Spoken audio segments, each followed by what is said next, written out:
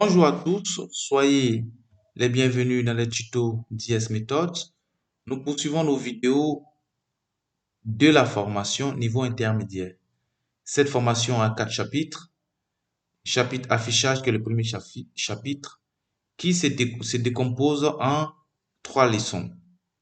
Il y a la leçon améliorer l'affichage des tableaux, mise en page, mise en forme conditionnelle. Nous sommes dans la leçon mise en page. Nous allons ouvrir le dossier relatif à cette leçon. Je ressors, voici le chapitre affichage, voici la leçon 2, mise en page. Et là, nous avons 3 fichiers.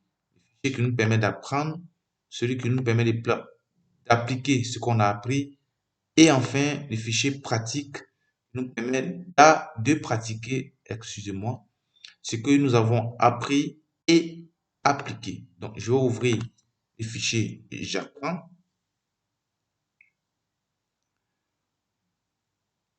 Alors, qu'est-ce que nous avons comme consigne? Mise en page de la feuille en vue d'impression. Vue de point normal, saut de page, mise en page, en tête, etc., etc. Alors, nous allons travailler sur cette page. Donc, quand je clique là,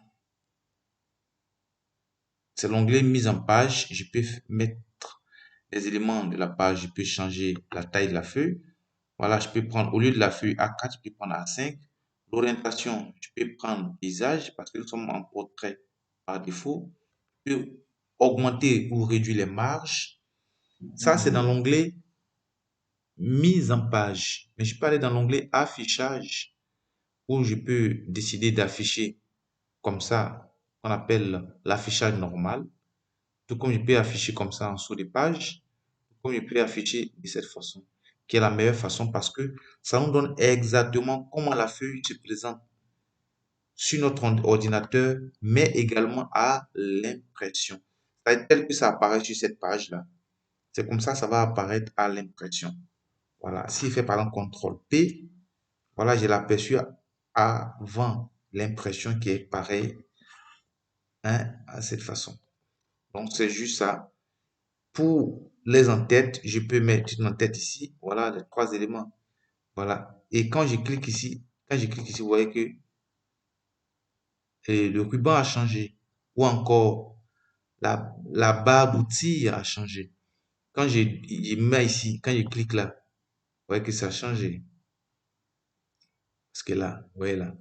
Bon, par rapport à ce qu'on avait vu, ça n'a pas vraiment changé. Mais regardez là, quand je clique ailleurs, vous voyez les onglets, hein. Quand je reclique ici, il y a un onglet en tête et pied de page qui s'affiche. Quand je clique dessus, voilà, je peux mettre le numéro de page ici si je veux. Voilà. En général, on ne met pas ça en haut. Voilà. Je peux mettre la date actuelle, je peux mettre l'heure, je peux mettre le chemin d'accès, je peux mettre une image, soit je la mets ici, ici ou ici. Ça, c'est ce qui est l'en-tête. Le pied de page qui est en bas, voilà. On peut aussi, on a 3 parties. Généralement, c'est si on met le numéro de page. Donc, numéro de page, là, voilà. En général, on peut mettre ici l'heure, date actuelle plutôt. Voilà, non, en général, on met, pas en général, je choisis. On peut mettre l'heure là et la date là.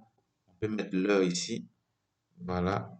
Ici, on peut mettre une image. On peut sélectionner une image, hein. Voilà, on peut. Je peux chercher ici, hein, je peux. Euh, Image, mise en forme de l'image. Euh, Travail hors connexion, voilà, travail hors connexion, hein.